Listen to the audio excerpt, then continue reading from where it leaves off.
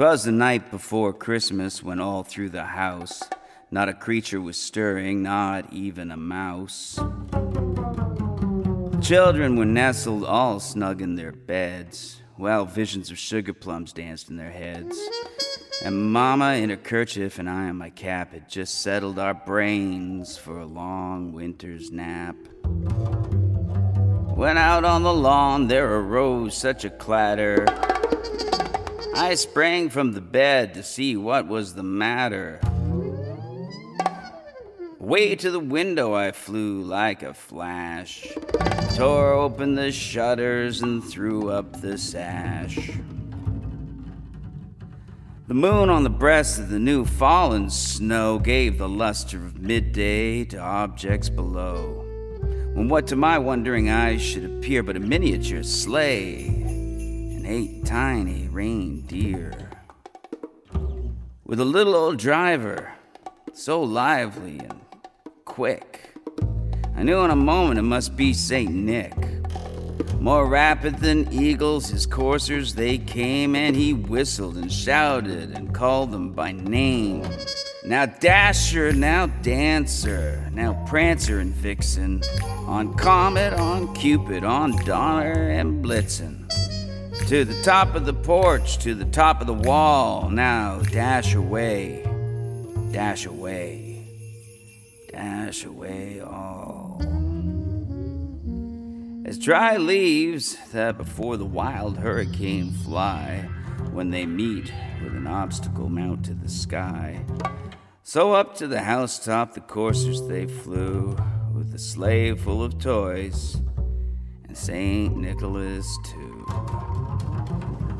And then in a twinkling I heard on the roof the prancing and pawing of each little hoof, as I drew in my head and was turning around. Down the chimney St. Nicholas came with a bound.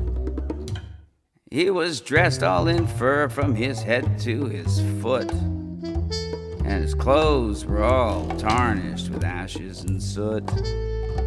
A bundle of toys he had flung on his back, and he looked like a peddler just opening his pack. His eyes, how they twinkled, his dimples, how merry. His cheeks were like roses, his nose like a cherry. His droll little mouth was drawn up like a bow, and the beard of his chin was as white as the snow. The stump of a pipe he held tight in his teeth, and the smoke, it encircled his head like a wreath. He had a broad face and a little round belly that shook when he laughed like a bowl full of jelly.